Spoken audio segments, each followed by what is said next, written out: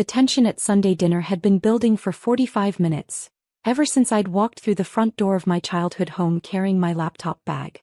Mom had immediately launched into her usual routine of worrying about my unconventional lifestyle, while Dad had spent the first course grumbling about how I dressed too casually for a 30-year-old professional. "Look at your sister," Mom said, gesturing toward Jessica, who sat perfectly composed in her business suit despite it being Sunday evening.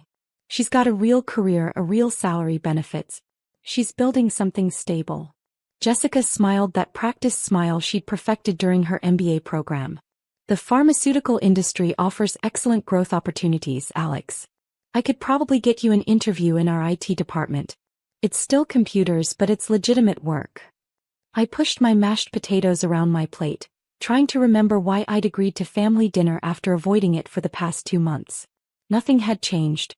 To them, I was still the family disappointment who dropped out of law school to mess around with computers, instead of pursuing a respectable career. "An IT department job would be perfect," Dad chimed in, warming to the subject. "Regular hours, steady paycheck, room for advancement. You could finally move out of that basement apartment and get your life together." "I like my apartment," I said quietly. "It's a basement," Mom exclaimed. 30 years old and you're living like a college student. When I was your age, I already owned a house." Dad set down his fork with more force than necessary. "That's what I'm talking about. No direction, no ambition. Just sitting in that basement all day playing video games." "I don't play video games, Dad. I work." "Work?" He laughed, but there was no humor in it. "What you do isn't work, Alex. Work is what your sister does. Work is what I did for 35 years at the bank. Work is showing up somewhere every day, contributing to society, earning an honest living." I felt the familiar knot forming in my stomach. 3 years of building quantum solutions from nothing, 3 years of 18-hour days and sleepless nights, 3 years of turning down social events to focus on code and client meetings, and they still saw it as playing around. "Maybe if you explained what you actually do," Jessica suggested with that condescending tone she'd mastered in business school. "I mean, besides the computer stuff." "I run a software development company," I said for what felt like the 100th time. "We create custom solutions for businesses that need specialized technology infrastructure." Dad waved his hand dismissively. "Buzzwords. That's all I ever hear from you. Buzzwords and technical jargon. If it was a real business, you'd be able to explain it in plain English." "I've tried explaining it. You just don't want to listen." "Don't get smart with me," Dad snapped. "I'm trying to help you see reality. You're 30 years old, Alex. 30. Do you know what I'd accomplished by 30? A house, a wife, 2 kids, and a promotion to assistant manager," I recited. It was a speech I'd heard countless times. "Exactly. And what do you have?" "A basement apartment and a computer." Mom reached across the table to pat my hand. "Sweetheart, we're just worried about you. This computer phase has gone on for so long and you have nothing to show for it." "Phase?" I pulled my hand away. "It's been 3 years, Mom. It's not a phase." 3 years of failure," Jessica added helpfully. "At some point you have to cut your losses and move on." I looked around the table at my family, the same people who used to brag about my straight A's, my academic scholarships, my early acceptance to law school. Now they looked at me like I was a disappointment they had to tolerate out of obligation. "Stop playing with computers and get a real job," Dad shouted across the table, his voice echoing off the dining room walls. "You're 30 and still acting like a child." The words hit me like a physical blow. Not because they were particularly harsh, I'd heard worse from him, but because of how dismissive they were. 3 years of building something from nothing and he still saw it as child's play. Before I could respond, the sound of breaking news music came from the living room TV. Mom had left it on low volume as background noise, but now the urgent tone caught everyone's attention. "We interrupt your regular programming for breaking news," the anchor's voice carried clearly from the next room. "What now?" Dad muttered, but Jessica was already reaching for the remote to turn up the volume. The news anchor appeared on screen, looking appropriately serious. "Good evening. We're following breaking news about what's being called the largest technology acquisition in our city's history. Mercury Financial, one of the region's biggest banking institutions, has just announced a partnership deal worth $200 million with a local software company for a complete overhaul of their digital infrastructure. My blood went cold. Mercury Financial. The contract I'd been working on for 8 months. The one that would make or break Quantum Solutions. The deal I hadn't told my family about because I couldn't bear the thought of their reactions if it fell through. 200 million? Jessica whistled low. That's serious money. Dad was shaking his head.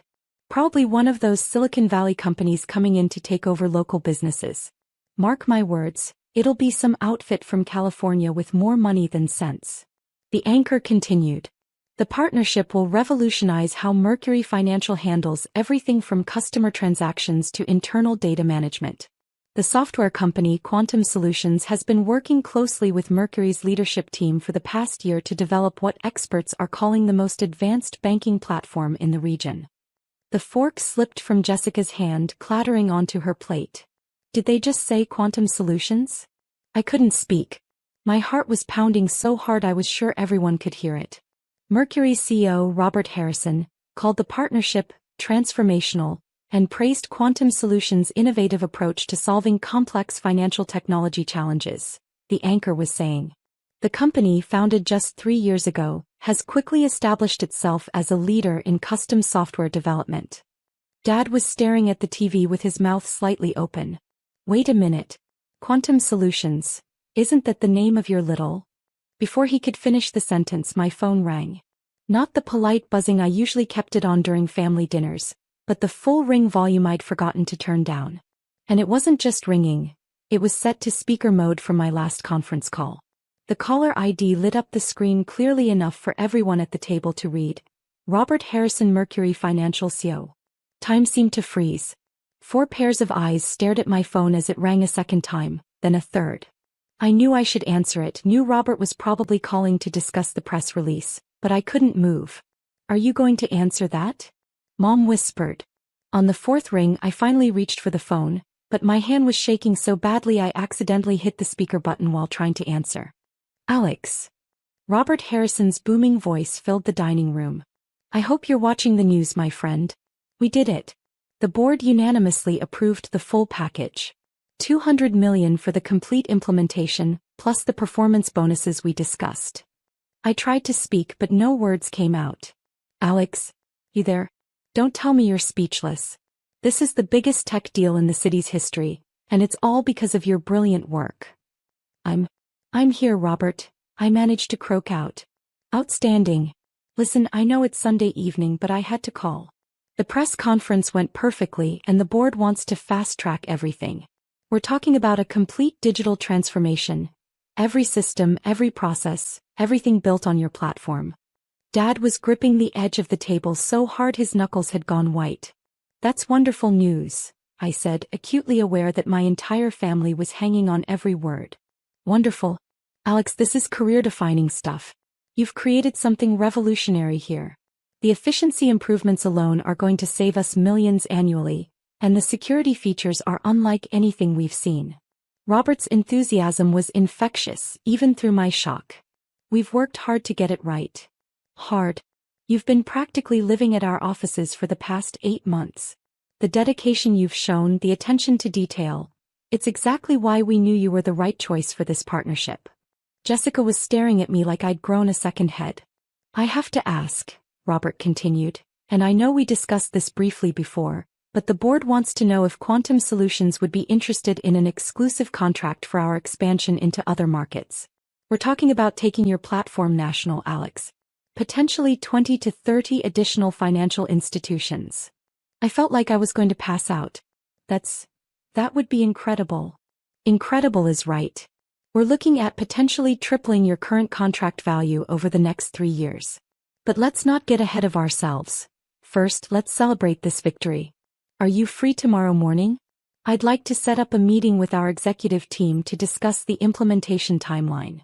Of course, whatever works for your schedule. Excellent. Oh, and Alex, I hope you don't mind, but I mentioned your name specifically in the press conference. The reporters were very interested in learning more about the genius behind the technology. You might be getting some calls. The line went quiet for a moment and I realized Robert was waiting for a response. That's fine, I said. Thank you for the opportunity, Robert. Thank you. Alex, you've revolutionized our entire operation. I should be thanking you. Anyway, I'll let you get back to your evening. Congratulations again, my friend. You've earned every bit of this success. The call ended, leaving my dining room in complete silence except for the continued news coverage from the living room. In related news, the anchor was saying, Quantum Solutions founder Alex Morgan has been named one of the city's top young entrepreneurs by the Chamber of Commerce. The company, which Morgan started 3 years ago, now employs over 50 people and has contracts with several major corporations beyond Mercury Financial. Dad slowly looked from the TV to me, then back to the TV. 50 employees? I nodded, not trusting my voice. Mom was shaking her head in disbelief. Alex, did that man just say $200 million? For the initial contract, yes. Initial contract? Jessica's voice came out as a squeak. There are several other projects in development, I said quietly. The news had moved on to other stories, but nobody was paying attention anymore. Dad was staring at me like he'd never seen me before. You own a company with 50 employees, he said slowly, as if testing how the word sounded. 53 as of last week. And Mercury Financial just paid you $200 million. It's a 3-year contract. But yes. Mom was crying now, though I wasn't sure if it was from shock or something else. But you live in a basement apartment. Because I like it there. It's quiet and it's close to the office. I own the building. That revelation hit the table like a bomb. You own the building? Jessica repeated weakly. I bought it 2 years ago when the previous owner was looking to sell. It made sense as an investment and it gave me control over my living situation. Dad was rubbing his temples. How many buildings do you own? Just the one residential property. But Quantum Solutions owns our office building downtown, and we're looking at purchasing another one for expansion. The questions came rapid fire after that. How long had I been working with Mercury Financial? 8 months of intensive collaboration, 2 years of smaller projects before that. How many other clients did we have?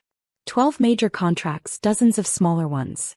Why hadn't I told them about any of this? Because every time I tried to talk about work, I got lectured about getting a real job. But the way you dress, Mom said weakly. The old car, the basement apartment. You look like you're struggling. I dress comfortably because I work long hours and I don't need to impress anyone with designer clothes. The car runs perfectly fine. I don't see the point in buying something expensive just to prove I can afford it. And I've explained about the apartment. Jessica was scrolling through her phone frantically. There's an article here from 6 months ago about rising tech companies in the region. Quantum Solutions is listed as one of the top 3 fastest-growing businesses in the city. She held up her phone, showing a photo of me at what was apparently a Chamber of Commerce event. I was wearing a suit and receiving some kind of award. When was this taken? Dad asked. March, I think. At the annual business recognition dinner. You never mentioned winning an award. I shrugged. You never asked about my work. You just told me to get a real job. The silence that followed was the heaviest I'd ever experienced in that dining room. Dad was staring down at his plate, Mom was still crying quietly, and Jessica looked like she was trying to solve a complex mathematical equation in her head. Finally, Dad looked up at me. Alex, I owe you an apology. Dad. No, let me say this. I've been completely wrong about you, about what you've been doing. I thought you were wasting your life, throwing away your potential. But you were building something incredible and I was too stubborn to see it. Mom reached for my hand again and this time I didn't pull away. Sweetheart, I'm so sorry. We've been horrible to you. You weren't horrible. You were worried. I understand that. Worried. Jessica laughed, but it was a hollow sound. We've been treating you like a failure for 3 years, and you've been more successful than any of us. The news had cycled back to the Mercury Financial story, and now they were showing footage from the press conference. Robert Harrison was at a podium, and behind him was a large screen displaying the Quantum Solutions logo. That's your company logo, Mom said softly as if she couldn't quite believe it. Yeah. It's beautiful.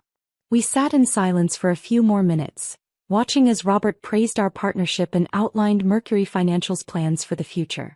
When they showed a brief video about Quantum Solutions offices, with shots of our development team working on the banking platform, I heard Dad draw in a sharp breath. That's a serious operation, he said. We've worked hard to build it. Where did you learn to do all this? You were in law school. I taught myself programming in high school, kept studying it in college even though I was pre-law. When I left law school, I already had the technical skills. I just needed to learn the business side. And you did that on your own? I had help. Mentors, advisors, other entrepreneurs who were willing to share their experience. There's a whole community of people who support each other in this industry. Dad was shaking his head again. 3 years. You built all this in 3 years. Well, I had some advantages. No family to support, low overhead, and I was willing to work constantly. The first year was brutal, 18-hour days, 7 days a week. But it was worth it. Jessica set down her phone. Alex, I need to ask you something and I want you to be honest. Okay. How much is your company worth? I hesitated. The valuation question was complicated and I wasn't sure I wanted to get into the details. It's hard to say exactly. We've had some preliminary discussions with investors who think we could be worth anywhere from 50 to 80 million, but we're not looking to sell. The number hit the table like another bombshell. 50 to 80 million? Mom whispered. Those are just estimates. The real value is in the long-term contracts and the technology we've developed. Dad was quiet for a long moment, then he said, Alex, I need you to know something. I'm proud of you. I should have said that years ago, but I was too proud and too stupid to admit I was wrong. I know you were trying to protect me. No, he said firmly. I was trying to control you. There's a difference. I wanted you to follow the path I understood, the safe path. But you chose the brave path, and you succeeded beyond anything I could have imagined.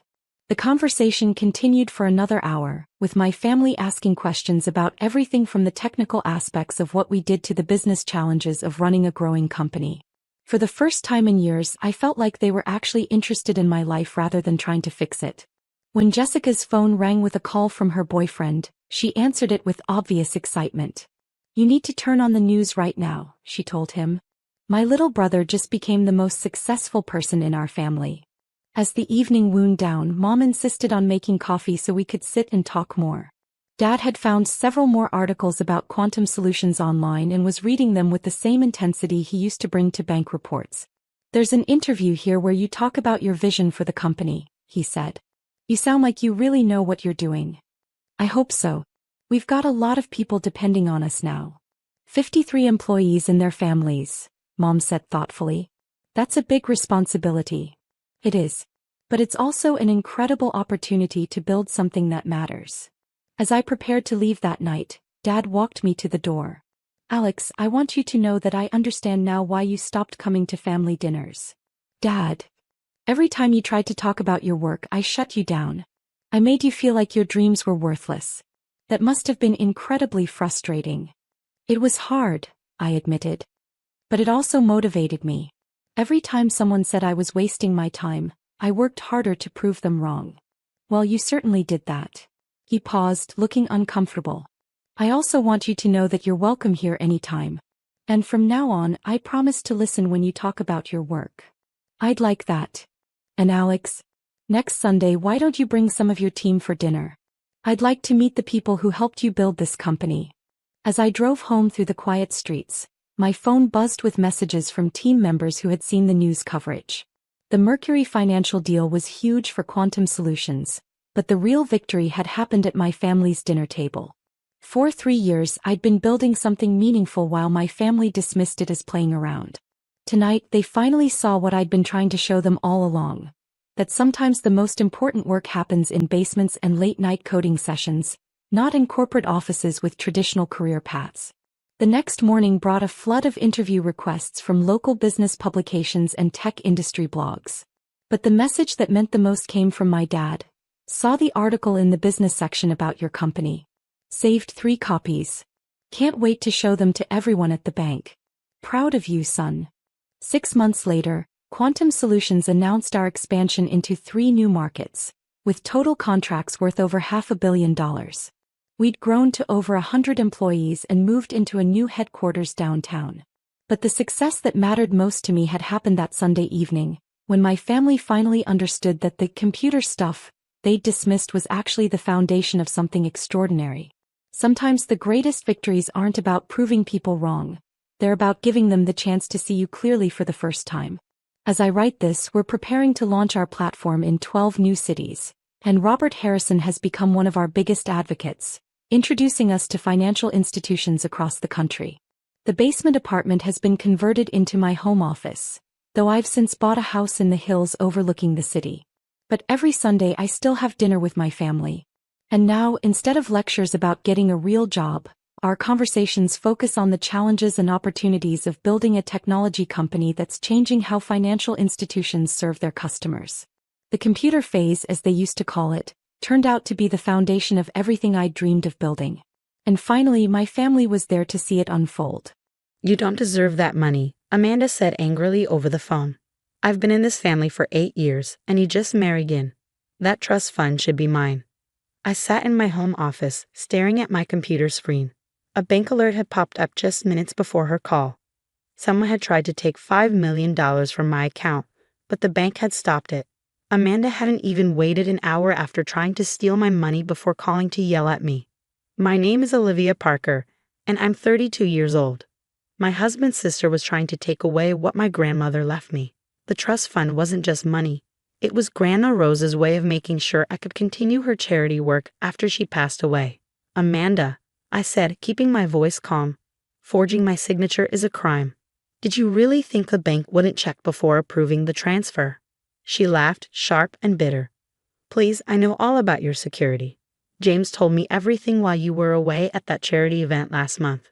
My heart sank. My husband James had access to my accounts. We had always been open with each other, but now Amanda's words made me wonder, had he helped her? "I deserve that money more than you," Amanda said, her voice rising. "Do you know how hard it is to watch you give away my family's wealth? You're not even a real Parker." I glanced at a photo on my desk. Grandma Rose and me at a children's hospital she had helped build. She had trusted me with her legacy, not because I married her grandson, but because she knew I shared her passion for helping others. "The bank will contact you soon," I said firmly. "You should be ready to explain the forged signature." "Don't threaten me," Amanda snapped. "James will never forgive you if you press charges against his only sister. Do you really want to risk your marriage over this?" She might be right. James had always defended Amanda, even when she took money from our joint account last year. But this was different. This was Grandma Rose's legacy. "I have to go," I said quietly. "The bank's fraud department is calling." I hung up, my hands shaking, and opened an email from Mr. Turner, my grandmother's financial advisor. He had already flagged the suspicious activity and activated security measures, knowing Amanda had been asking about the trust fund. My phone buzzed again. James was calling. I ignored it. I needed time to think. Did he help Amanda, or was he just too trusting? Then the bank called. "Mrs. Parker, this is Sarah Chen from First National Bank's fraud department. We need to talk about a suspicious transfer attempt on your account." I took a deep breath. "Yes, I'd like to press charges for attempted fraud.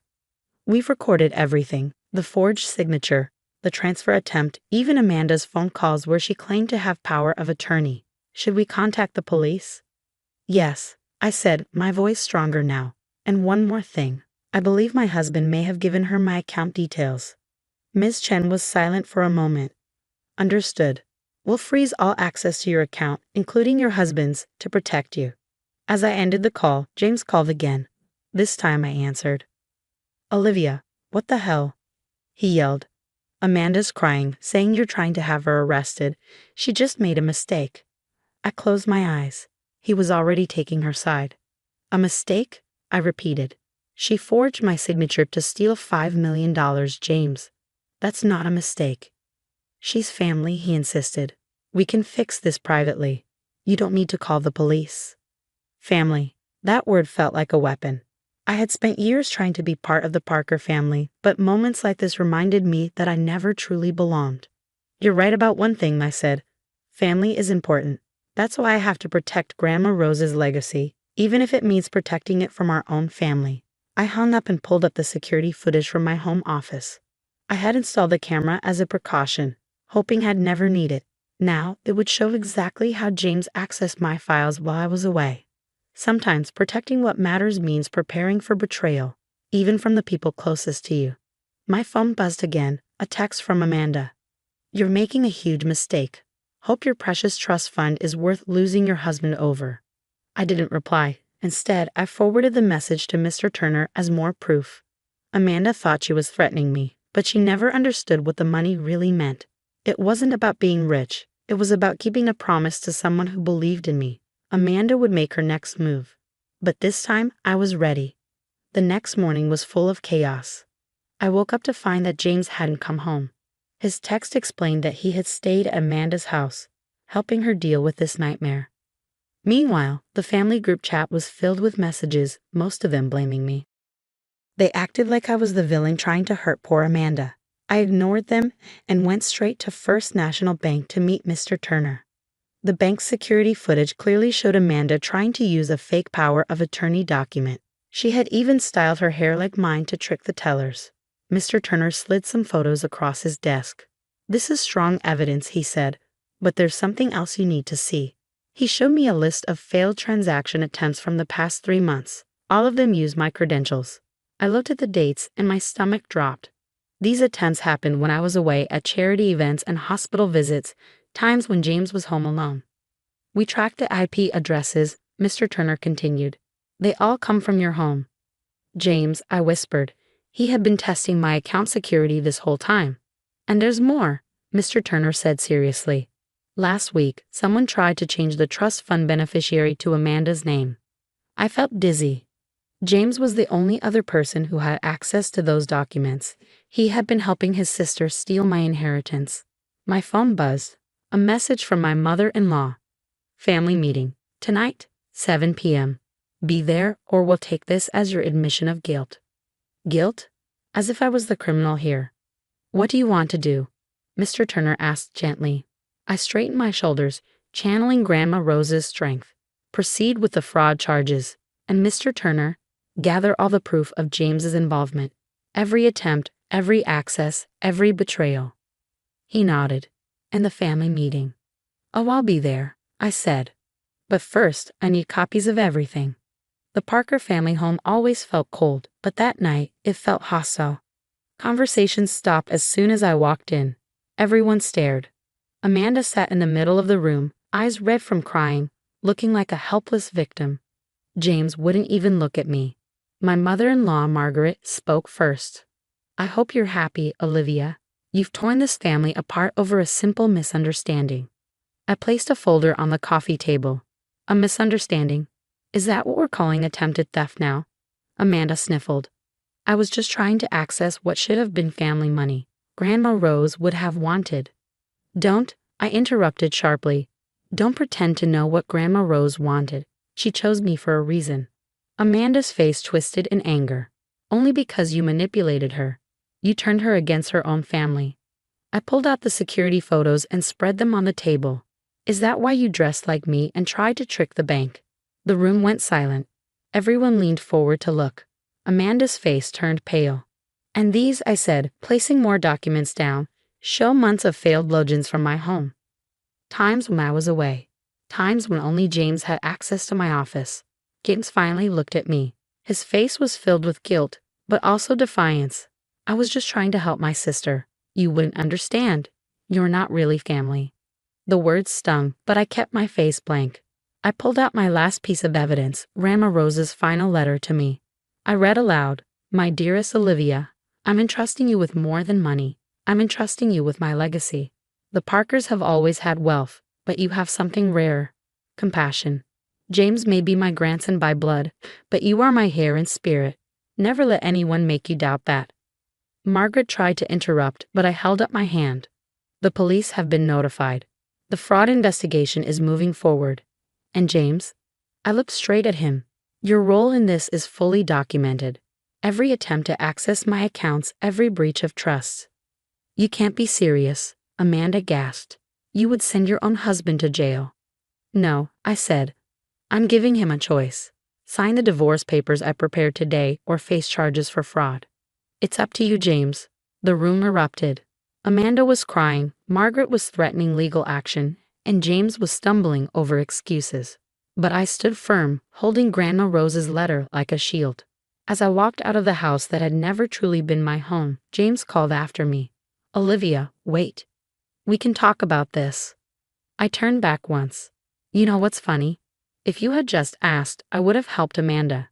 That's what the trust was for, helping people. But instead, you both chose to lie and steal. I got in my car, leaving the Parker family to deal with their choices. Sometimes protecting a legacy means standing alone. Grandma Rose would have understood that too. A new beginning. The consequences of that night came quickly. Within days, Amanda was arrested for fraud. The evidence against her was overwhelming. Security footage, fake documents, and multiple failed attempts to steal from the trust fund. James, realizing he couldn't escape blame, signed the divorce papers. His last message to me was bitter. I hope the money keeps you warm at night since you chose it over family. But he never understood. It was never about the money. 3 months later, I sat in Mr. Turner's office, reviewing updates on the trust fund. The children's hospital was expanding, and a new scholarship program was in progress. Amanda took a plea deal, Mr. Turner said. 2 years probation, and she has to pay back what she tried to steal. James has been removed from all accounts, and the divorce is almost finalized. I nodded, feeling a mix of sadness and relief, and the trust security. Stronger than ever. No one can access it without multiple layers of verification now.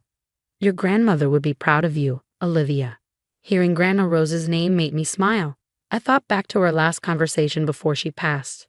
She once told me, money doesn't change people, it just reveals who they really are. The Parker family tried to ruin my reputation. They spread lies, claiming I manipulated Grandma Rose and betrayed them out of greed. But the truth spoke for itself. And more importantly, the trust fund continued to help those who truly needed it. Last week, I received a letter from a little girl who had life-saving surgery at the hospital wing funded by the trust. Her crayon drawing now hung in my office, next to a photo of Grandma Rose and me at the ribbon-cutting ceremony. My phone buzzed. A message from Amanda's lawyer. She wanted to meet, claiming she wanted to apologize. I declined. Some bridges, once burned, should stay that way. Margaret still sent me messages, filled with guilt trips and veiled threats. Her latest read: the family name meant nothing to you. You destroyed everything we built. But she was wrong. I hadn't destroyed anything, I had protected it. The trust fund was still doing what Grandma Rose intended, helping people, changing lives. One evening, I walked through the hospital wing that bore Grandma Rose's name. I stopped by her portrait, her warm, knowing smile watching over me. You were right, Grandma, I whispered. About everything. A nurse approached, leading a little girl by the hand. Mrs. Parker. This is Emma. She just finished her last round of treatment, and she wanted to thank the person who made it possible. I knelt down to Emma's level. She smiled shyly and handed me a glitter-covered card. Thank you, she said softly. As I watched her skip away, I opened the card. Inside, in wobbly handwriting, were the words, "You're my hero." I looked up at Grandma Rose's portrait again, her eyes filled with the quiet wisdom I had always admired. Money is just a tool, Olivia, she had once told me. What matters is how you use it. Amanda and James only saw dollar signs, but Grandma Rose had seen potential. She had trusted me to see it too. Standing in that hospital, surrounded by the lives she had touched, I knew I had made the right choice. I hadn't lost a family, I had honored one. And somewhere, I knew Grandma Rose was still smiling, proud that her legacy had fallen into the right hands. Now it's your turn to live in luxury. Emily's voice rang through the phone, full of mockery. Her words made my stomach drop as I looked at my bank app. I was still weak from spending 2 weeks in the hospital after a terrible car accident, but the numbers on the screen shocked me awake. $75,000 in charges. Louis Vuitton, Gucci, Cartier. All while I was fighting for my life. My name is Olivia Parker, and I'm 34 years old. I've always known my sister-in-law, Emily, was jealous of my success. But I never thought she would do something like this. I found your credit card in your purse when I visited you, Emily continued, her voice smug. You always have everything while I struggle. Consider this payback for showing off. I forced myself to stay calm. Emily, do you realize that what you did is a crime? This is credit card theft. She laughed coldly. Oh, please. We're family. Besides, you were unconscious. You should be grateful I was there to help John with the kids. Think of this as my payment. My husband John, Emily's brother, had been doing his best, taking care of our 2 children while visiting me at the hospital. He had trusted Emily to help. That was a mistake. You know what, Emily? I said, my voice steady. Thank you for telling me all this. It's very helpful. She hesitated. What do you mean? Oh, nothing. I just appreciate you explaining everything so clearly. There was silence. Then she scoffed. Whatever. You can't prove anything. John will believe me over you. He knows how dramatic you can be. I hung up and pressed the nurse's call button. A few minutes later, Angela, my nurse, walked in. Everything okay, Olivia? She asked. Angela, you mentioned the hospital installed new security cameras in every room, right? Ones that record everything, including sound. She nodded. Yes, they were added last month. Do you need the security team to check something? I smiled for the first time since waking up. Yes, please, and can you call Officer Martinez? I need to report a theft. The next few hours were busy. Officer Martinez arrived, took my statement, and checked the security footage. The cameras had caught everything. Emily going through my purse, taking pictures of my credit card, and using it to make purchases. Mrs. Parker, Officer Martinez said, flipping through his notes, this is a clear case of credit card fraud. Would you like to press charges? Before I could answer, John rushed into the room, his face full of worry. Liv, what's going on? Emily just called me crying, saying you're lying about her. I pointed to the video on Officer Martinez's tablet. Watch this, honey. John's face changed from confusion to horror as he saw his sister stealing from me. When the footage showed Emily laughing and taking selfies with my credit card, his hands shook. She told me she came here to pray for you, he whispered, sinking into a chair. She said she was helping. She helped herself to $75,000 worth of luxury goods. Officer Martinez said, Mrs. Parker, shall we move forward with the charges? I looked at John. He seemed devastated. Then he nodded and squeezed my hand. Do it. Emily needs to learn that family doesn't steal from family. As Officer Martinez left, my phone rang. Emily again. This time, John answered and put it on speaker. John, thank God. Olivia's lying. She's trying to ruin my life. Stop, John said firmly. We have you on video. The hospital cameras caught everything. Silence. I can explain, she stammered. I was going to pay it back. I just needed. Save it for the police, John cut in. They're on their way to your house now. He ended the call. I sighed, suddenly exhausted. But for the first time in weeks, I felt at peace. Emily had used my hospitalization as a chance to take what she thought she deserved. Instead, she had exposed herself. John squeezed my hand. I'm so sorry. I shouldn't have trusted her. It's not your fault, I whispered. But she's about to learn that stealing from family has consequences. Karma always comes back around. The next few days in the hospital were busy. Officer Martinez came back with an update while I focused on recovering. Emily had been arrested at her apartment, surrounded by shopping bags with price tags still on them. You should have seen her face when they put on the handcuffs, he said. She kept saying it was all a misunderstanding. But we have plenty of proof, security footage, her recorded confession, and the stolen items linked to your card. Meanwhile, my phone wouldn't stop buzzing. Emily had been spreading lies, telling everyone that I had given her permission to use my card and was now trying to frame her. One voicemail from my mother-in-law made me clench my fists. You've always been jealous of Emily's youth. She told me everything. How dare you try to ruin her life? John sighed and deleted the message. Mom doesn't know about the security footage yet. Emily's been lying to her. Then it's time we show her the truth, I said. That afternoon, Martha stormed into my hospital room, ready to defend her daughter. But her anger faded as soon as she saw the security footage.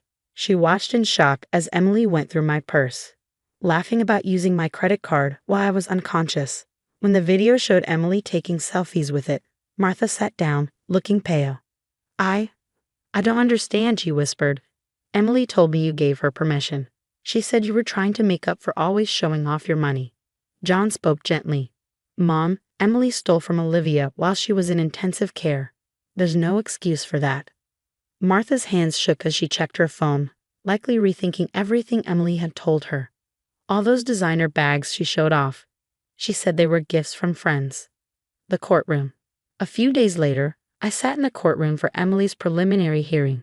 I was still sore from the accident, but I was determined to see this through. Emily smirked confidently until her public defender read out the charges. Miss Stevens, the judge said, the evidence against you is overwhelming. Security footage shows you stealing from your sister-in-law while she was unconscious. Do you understand how serious this is? Emily still thought she could talk her way out of it. Your Honor, this is just a misunderstanding. Olivia and I had an arrangement. She's always showing off her money, and she offered me the card to make things right between us. The judge's face hardened. While she was unconscious in intensive care. Well, Emily stammered. The prosecutor stood. Your Honor, we have clear video evidence of the defendant entering Mrs. Parker's hospital room multiple times, searching through her belongings, and taking photos of her credit card. We also have a recorded phone call where she admits to the theft and mocks the victim's condition. For the first time, Emily looked scared. She glanced at John, but he didn't return her gaze. His expression was cold. His own sister had betrayed him. The judge sighed. Given how planned and deliberate your actions were, I'm rejecting the plea deal. We'll proceed with a full trial. Emily's lawyer quickly asked for a recess to talk to her. Outside the courtroom, we could hear Emily sobbing, finally realizing that she wouldn't get away with it. She had always believed she deserved my money, that family would protect her. But now she was facing real consequences. When the trial resumed, Emily's voice was barely a whisper as she agreed to take the plea deal. The judge set a date for sentencing and she was led away, her designer clothes replaced by an orange jumpsuit. Aftermath. As we left the courthouse, Martha approached us, her eyes red from crying. Olivia, John, I'm so sorry. I should have known Emily was lying. She's always been jealous, but I never thought she'd do this. I looked at her and saw someone who wasn't angry anymore, just heartbroken. We all wanted to believe the best of her, I said. But sometimes, the hardest truth is realizing that someone we love isn't who we thought they were. 3 months later, I sat in a courtroom for Emily's sentencing. The prosecutor explained how she had planned this for months. Her internet history even showed searches about credit card theft and hospital security weeks before my accident. Your Honor, the prosecutor said, while Mrs. Parker was fighting for her life, the defendant, her own sister-in-law, took advantage of her condition for personal gain. The crime was planned, and the defendant only showed remorse when she was caught. We asked for the maximum sentence under the plea deal.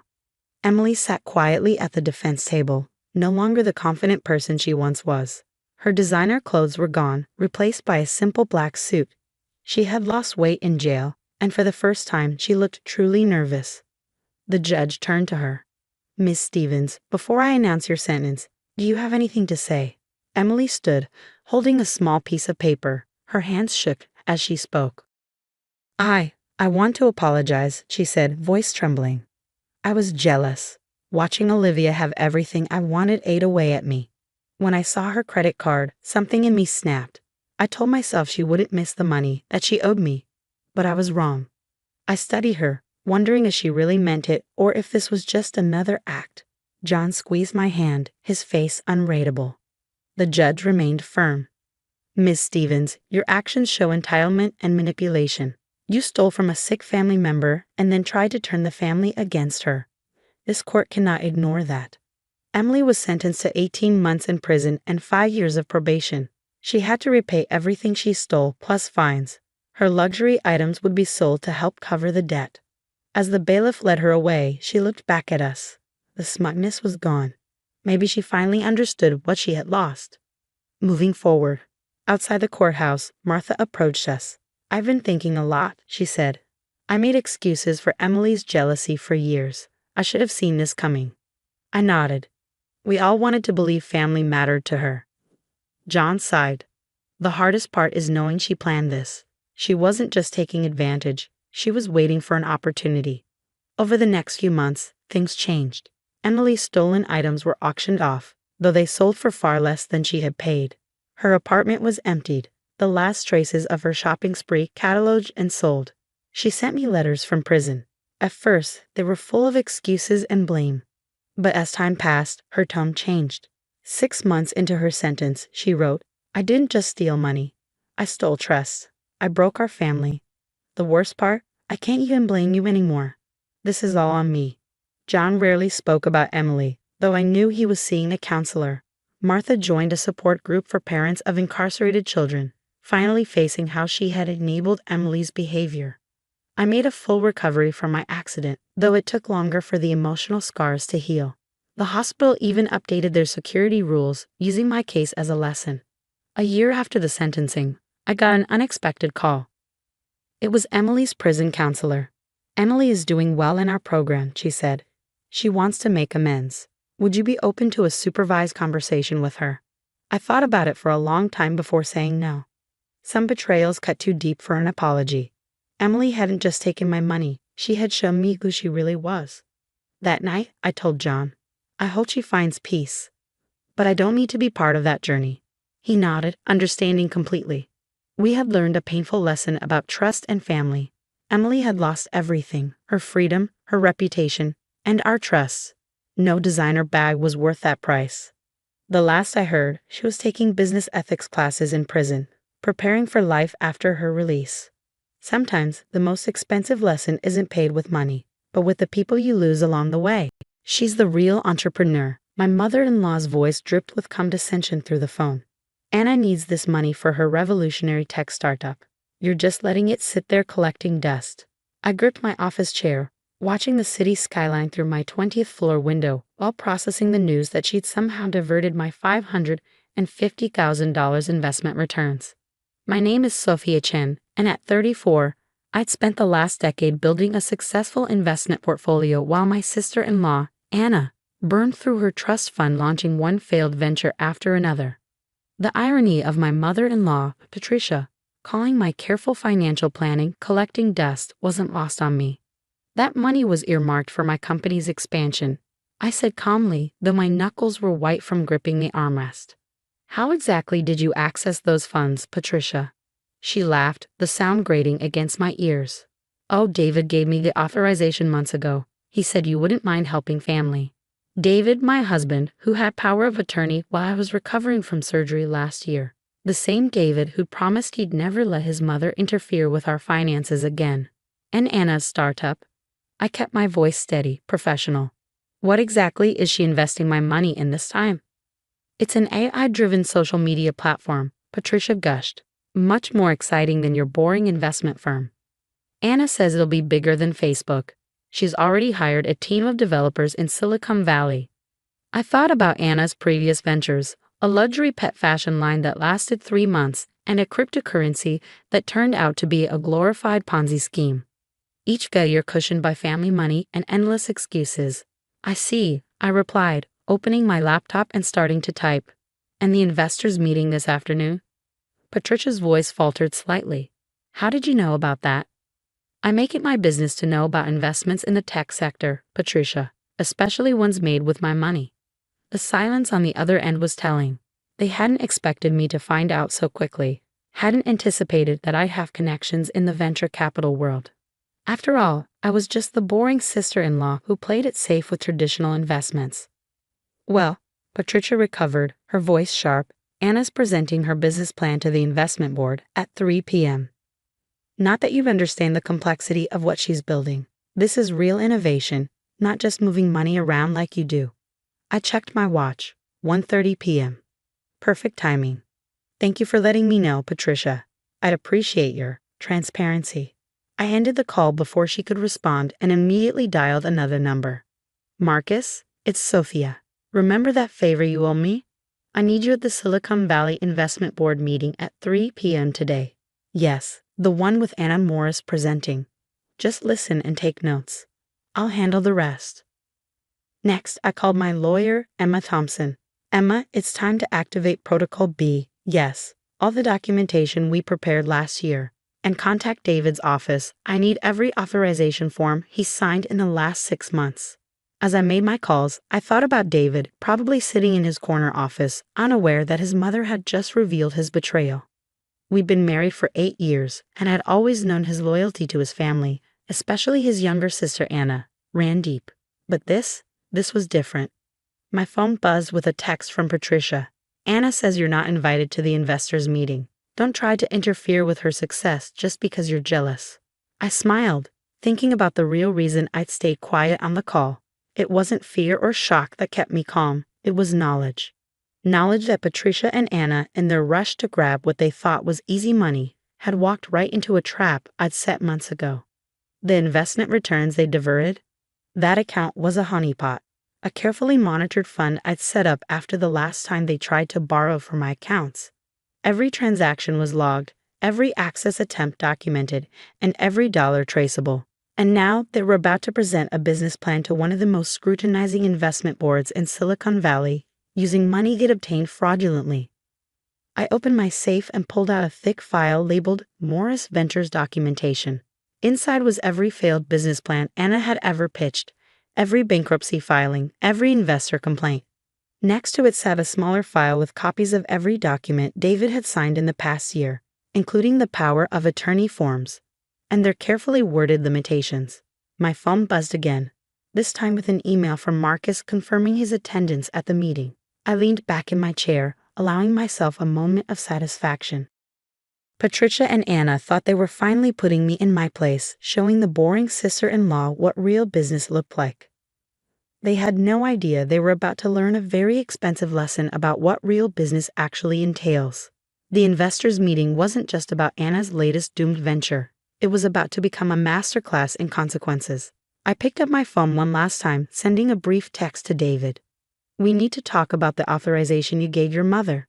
Dinner at home, 7 p.m. Then I turned back to my laptop, ready to set the next phase of my plan in motion. Sometimes the best revenge isn't just about getting even. It's about teaching people the true cost of underestimating you. The investors' meeting was in full swing when Marcus's texts started rolling in.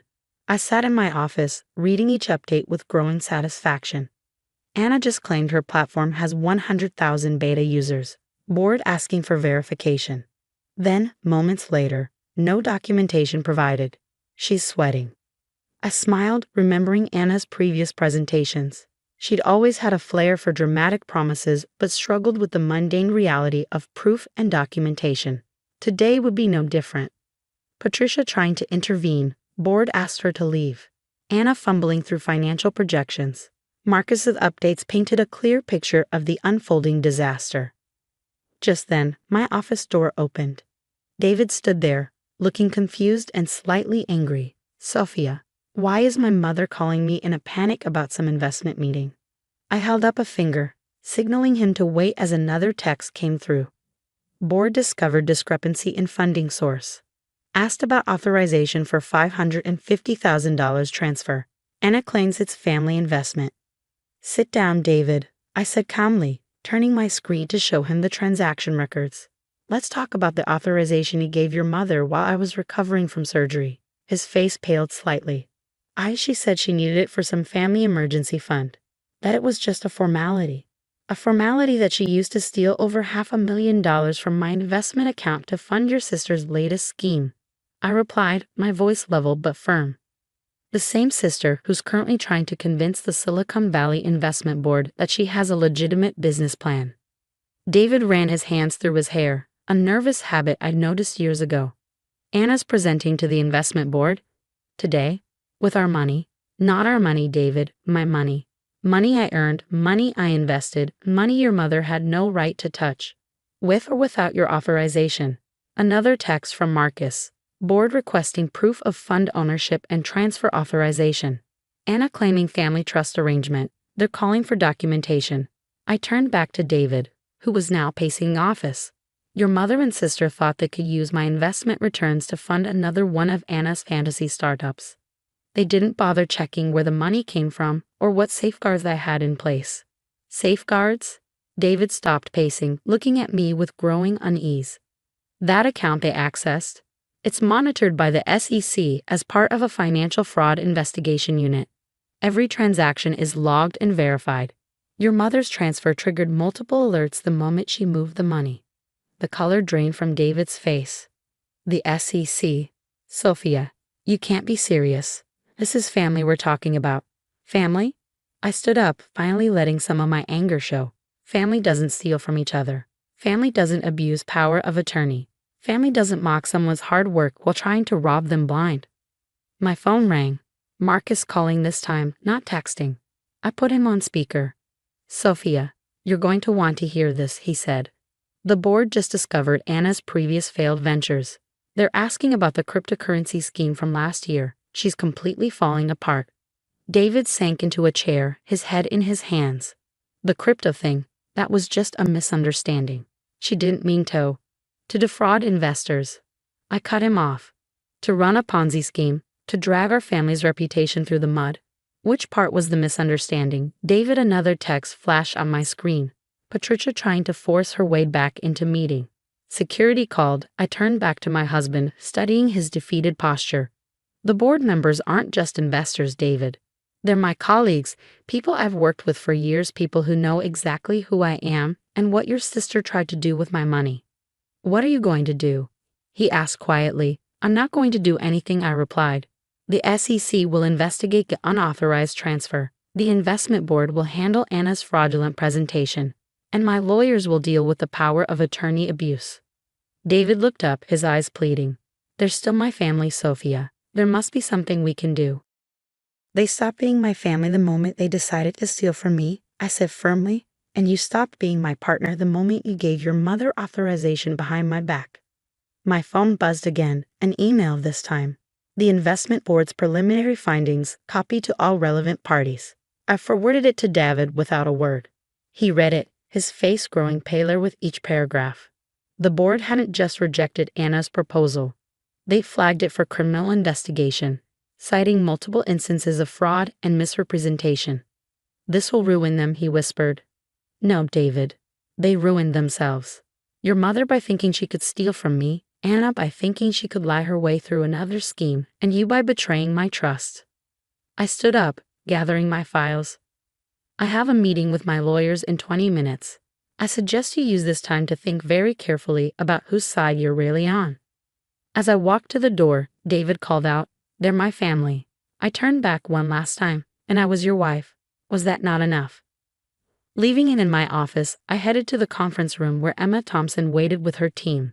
It was time to show Patricia and Anna exactly what happened when they messed with the wrong sister-in-law. Sometimes the quietest person in the room isn't the weakest. They're the one watching, learning, and preparing for the moment when justice finally comes calling. The fallout was swift and merciless. Within 48 hours of the investment board meeting, Anna's revolutionary startup was exposed as nothing more than an elaborate shell designed to attract investors without any real product behind it. The SEC investigation revealed a pattern of fraudulent behavior that stretched back further than even I had known. Patricia called incessantly, her messages switching between threats and desperate pleas. You're destroying this family, she screamed in one voicemail. We can work something out, she begged in another. I let each call go to voicemail, documenting every threat and admission from my lawyers. David moved out 3 days after our confrontation in my office. I need time to think, he said, packing a small bag. This is all happening so fast. Actually, I replied, watching him from the doorway, this has been happening for years. You just never wanted to see it. The SEC investigation expanded beyond just the unauthorized transfer of my funds. They uncovered evidence that Anna had been running various schemes under different company names, with Patricia helping to cover her tracks. My investment returns were just the latest in a series of fraudulent fund diversions. Emma called with updates regularly. The board members are pressing charges, she informed me one morning. They're treating this as a coordinated attempt at investment fraud. Patricia's unauthorized access is being added to the criminal complaints. I sat in my home office, reviewing the damage reports. Anna's previous investors had come forward, encouraged by the investigation to speak about their losses. The cryptocurrency scheme alone had cost people millions, money that had supposedly gone into development but had actually funded Anna's luxurious lifestyle. Your sister-in-law's facing serious charges, Marcus told me over lunch.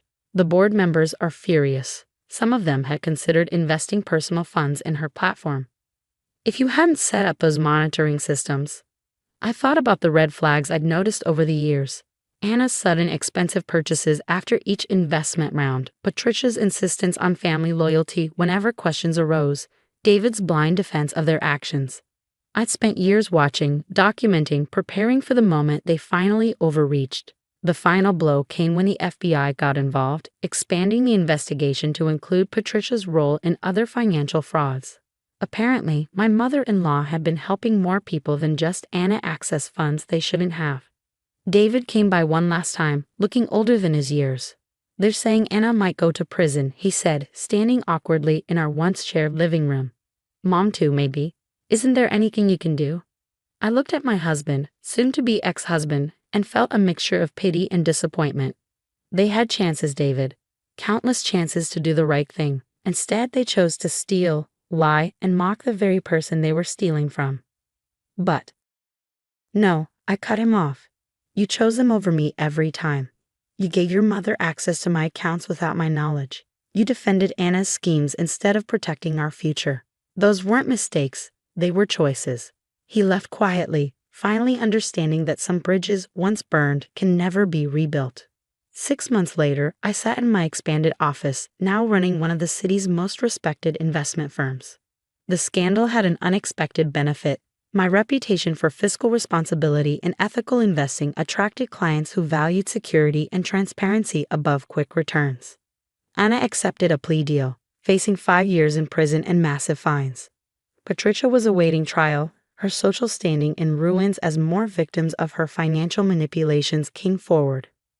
David filed for divorce, unable to face the reality of his family's actions or his role in enabling them.